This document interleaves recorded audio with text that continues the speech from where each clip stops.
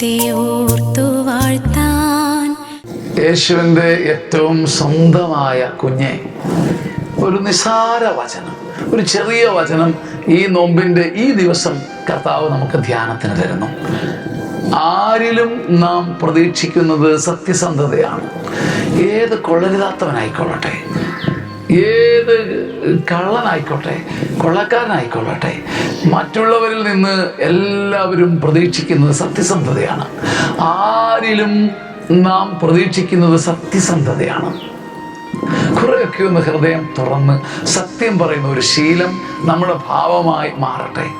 രാവിലെ മുതൽ രാത്രി വരെ എന്തിനും ഏതിനും വ്യാജം പറയുന്നവരാണോ ഞാൻ നീയും? ഏത് നിസ്സാര കാര്യത്തിനും കള്ളത്തരം പറയുമോ? നാവിലിങ്ങനെ വ്യാജം പറയുന്ന ഒരു ശീലം തന്നെ ഉണ്ടോ?